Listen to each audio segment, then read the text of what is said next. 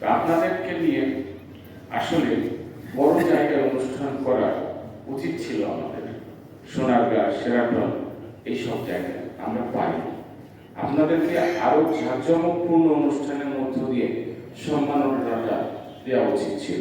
হয়তো এখানে আমরা আয়োজন করতে পারতাম, একটু না গান বাজনা, একটু এইসবের আয়োজন থাকতো, একটু ভালো খাওয়া দাওয়ার আয়োজন থাকতো, কিন্তু আমরা পাইনি। আপনারা জানেন ঢাকা রিপোর্টার্স ইউনিটি আমরা দান অনুদানই চলে আসছি দীর্ঘদিন ধরে, আমাদের স্থায়ী কিছু ছিল না। এবছর কিছু হয়েছে আল্লাহর ইচ্ছায়, ভবিষ্যতে হয়তো আরো কিছু হবে। এবং ভবিষ্যতে আপনারা যারা লেখক আছেন, আপনারা যারা লেখেন সাংবাদিকতার পাশাপাশি মানুষকে উৎসাহ উদ্দীপনা দেওয়ার জন্য এবং দেশ ও জাতির জন্য যারা লিখে আসছেন, আপনাদেরকে হয়তো এই ঢাকা রিপোর্টার্স ইউনিটি আরো অনেক বড় আয়োজনের মধ্য দিয়ে বরণ করবে।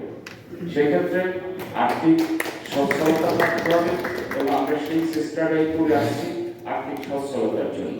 কেন আপনার মতো একজন গুণী মানুষকে আমি সম্মাননা দেব, এটা দান অনুদান এনে দেব, এটা আমার কেমন যেন একটু লাগে। যে কারণে আজকে যে আয়োজন, সে আয়োজন কিন্তু আমাদের ঢাকা রিপোর্টার্স ইউনিটির পক্ষ থেকে আমরা আয়োজন করেছি। আজকে যে আপনাদের সম্মাননা দিচ্ছি, আমাদের যতটুকু সাধ্য ছিল, যতটুকু আমরা পেরেছি, তার মধ্য থেকে আপনাদেরকে এই সম্মাননা দিচ্ছি।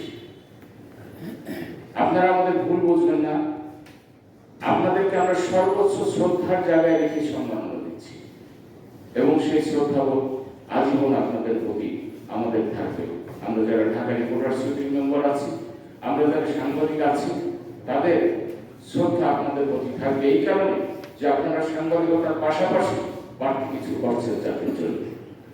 আপনারা ভালো থাকবেন, সুস্থ থাকবেন, সবাই আমাদের জন্য দোয়া করবেন, আমরা আপনাদের জন্য দোয়া